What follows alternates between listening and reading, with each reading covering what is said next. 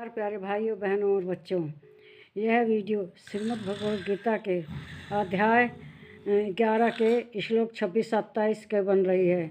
इसमें भी श्री कृष्ण भगवान श्री कृष्ण के स्वरूप का वर्णन अर्जुन कर रहे हैं। वे वर्णन कहते हैं कि हे भगवान, अमी च त्वां धृतराष्ट्रस्य पुत्रा सर्वे सहवा निपलान संघे भीष्मद्रोण सूतपुत्रस्तथासो सहसा मिदेरपि योद्धमुखे वक्त्राणि च त्वर्माणां विशन्ति दंष्ट्रा करालानि भयकानि च केचिद्विलग्रा दशान्तरेषु सन्दृश्यन्ते चूणीरतेरुत्तमांगे।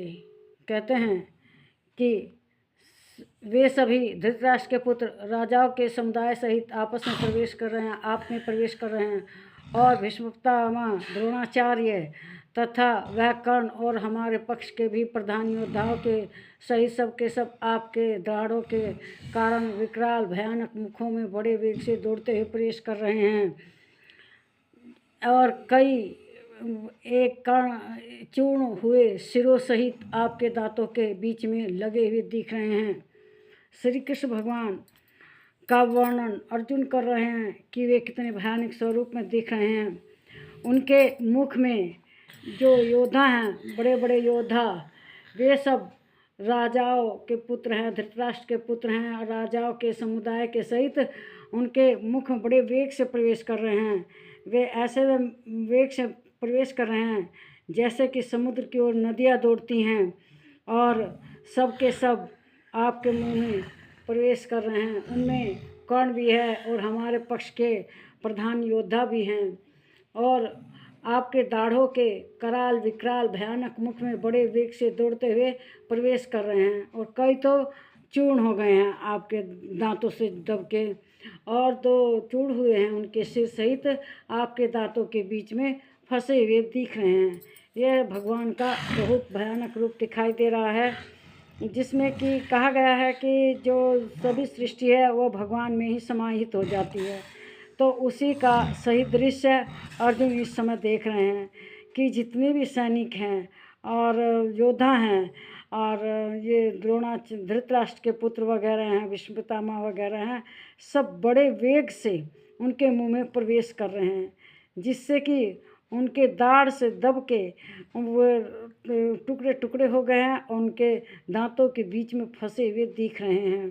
तो ये तो सत्य ही है कि सबको भगवान में ही समा जाना है, और वे भगवान में समा रहे हैं बहुत तेज़ गति से, जैसे तेज़ गति से पानी नदी का जाके समुद्र में गिरता है, इस तरह से सारे लोग उनके मुख में प्रवेश कर रहे हैं। इसलिए श्री कृष्ण भगवान कहते हैं कि तुम इन्हें मारने का पाप नहीं लगेगा, क्योंकि सब कोई को एक दिन जाना ही है।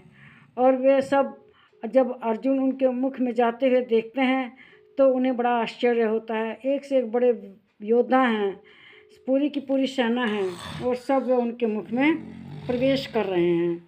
तो ये देखकर वह आश्चर्यचकित हो जाते हैं, उन्हें भय भी लगता है। तो इसमें तो आदमी को भयभीत होना ही नहीं है, क्योंकि एक न एक दिन सबको भगवान के अंदर प्रवेश कर जाना है। और यह सत्य रूप श्री कृष्ण भगवान ने अपने विराट स्वरूप में अर्जुन को दिखाया है कि इस पृथ्वी पर कोई हमेशा के नहीं रहता। बड़े बड़े योद्धा लोग, बड़े बड़े जो सूरवीर थे, सब एक ना एक दिन कराल काल के मुंह में चले ही जाते हैं। तो इस समय वह भगवान का विराट स्वरूप में देख रहा है कि कोई भी नहीं बचा है, सब जा रहे हैं। उनके सेना के भी बड़े बड़े योद्धा सब भगवान के मुंह में प्रवेश कर रहे हैं, और उनके जो सिर हैं वे टूट फूट कर उनके दांतों के बीच में फंसे हुए दिखाई दे रहे हैं। तो यह सीन देखकर बड़ा ही भयानक सीन दिखाई दे रहा है कि सब लोग भगवान के मुख में प्रवेश कर रहे हैं। अगर आपको ये बातें सही लगती हैं कि गीता में ऐसा लिखा है तो कमेंट बॉक्स में कमेंट कीजिए अगर सही नहीं लगती तब भी इस कमेंट बॉक्स में कमेंट कीजिए। मेरे चैनल को सब्सक्राइब। नमस्कार।